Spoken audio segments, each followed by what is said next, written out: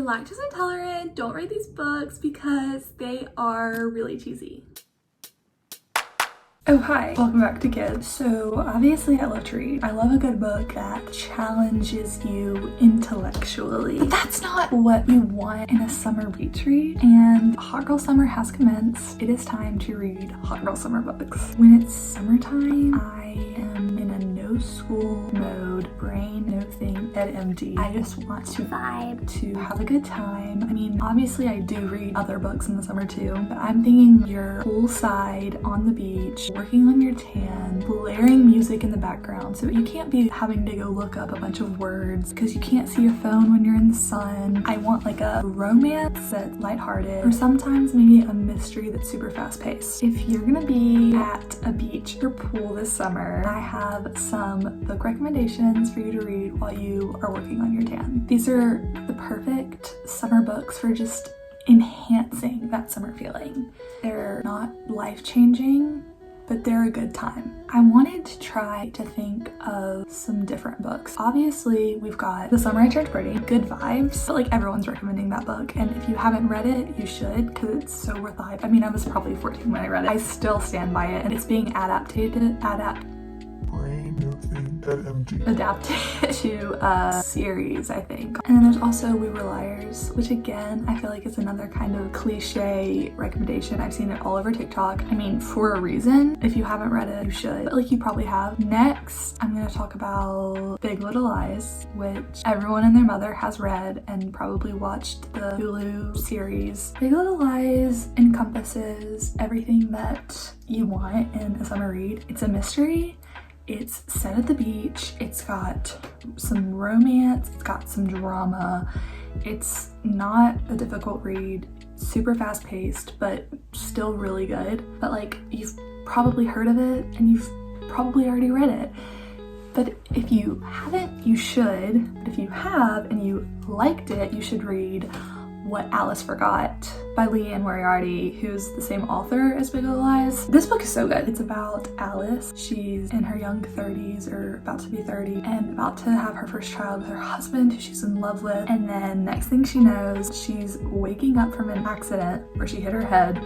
She's 40 years old, she has 3 kids, and she's getting a divorce, and she can't remember the past 10 years of her life. What a concept. I mean, that's all you need to know. If that didn't hook you, then I don't know what will. Next, a very on the nose and probably obvious recommendation, beach read by Emily Henry. The premise is 2 authors. They're old enemies from college. They write opposite genres, and they wind up stuck living next door to each other at a beach house. They both have writer's block.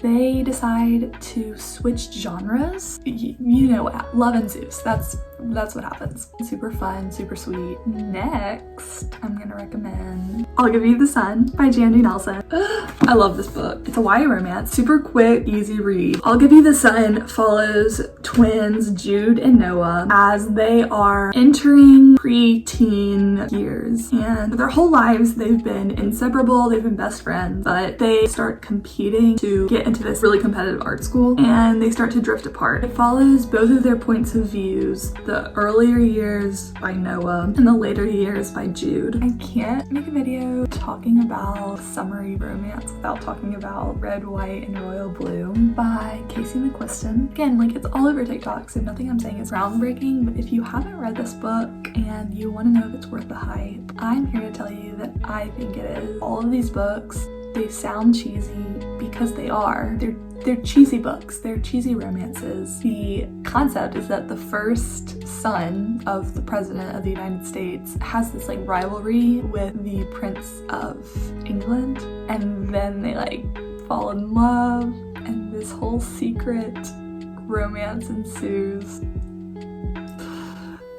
Words in Deep Blue by Cath Crowley. It's a romance set at the beach. It's a YA. It's about this bookstore in Australia where I guess all the books are used and people write in them. Henry and Rachel, they were best friends once before Rachel moved to the sea. Now she's back working at the bookstore, grieving her brother Cal, and looking for the future in the books people love and the words they leave behind. It's like a love story between the boy and girl, but it's also like a love story about books. The bookstore is the building, but it's not only the building, it's the books inside. People are not only their bodies, and if there is no hope or saving things we love in their original form, we must save them however we can.